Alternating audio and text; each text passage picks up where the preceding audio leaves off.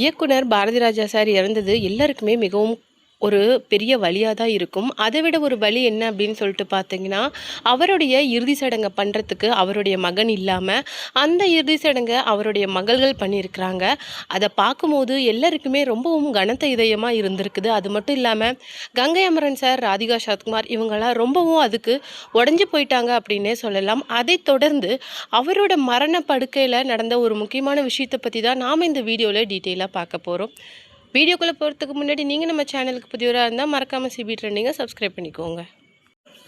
இயக்குனர் இமயம் அப்படின்னு சொல்லப்படுற பாரதி ராஜாஸோட மகன் மனோஜ் பாரதி ராஜா கிட்டத்தட்ட 2025 தான் இயற்கை எய்தினார்.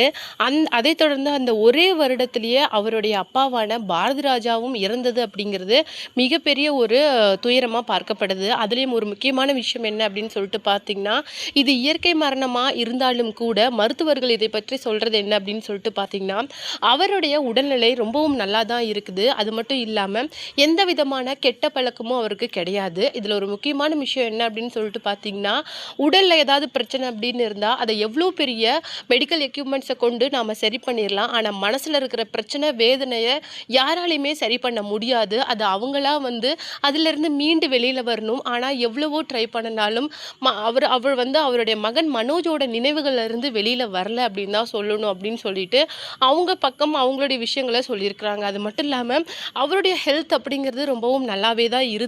ஆனால் கிட்டத்தட்ட 1 வருடங்களுக்கு மேலே தன்னுடைய மகனோட நினைவுகள்லையே உழண்டுட்டு இருந்திருக்காரு அப்படின்னே சொல்லலாம்.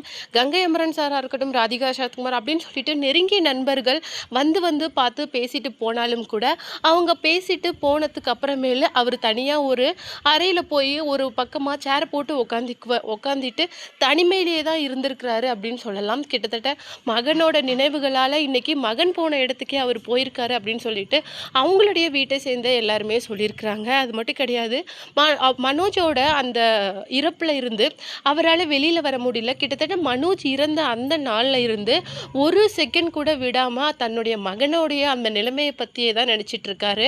அவர் சினிஃபீல்டில் பெரிய அளவுக்கு வரணும் அப்படின்னு சொல்லிட்டு ரொம்பவும் மெனக்கெட்டு நிறைய வேலைகளை பண்ணினார். அது மட்டும் இல்லாமல் அவருடைய அந்த சிறு வயது மரணம் இவரை பாதிச்சிருச்சு அப்படின்னே சொல்லலாம்.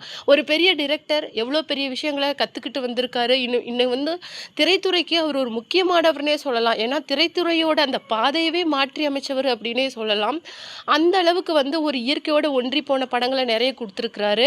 அப்பேற்பட்ட மனுஷனால மகனோட துயரத்தை தாங்க முடியாம இன்னைக்கு மரணப்படுக்கை வரைக்கும் போய் இன்னைக்கு மகன்கிட்டயே போயிட்டாரு. அது மட்டும் இல்லாமல் டாக்டர்ஸ் எவ்வளவோ ட்ரை பண்ணி கூட அவரை காப்பாற்ற முடியல.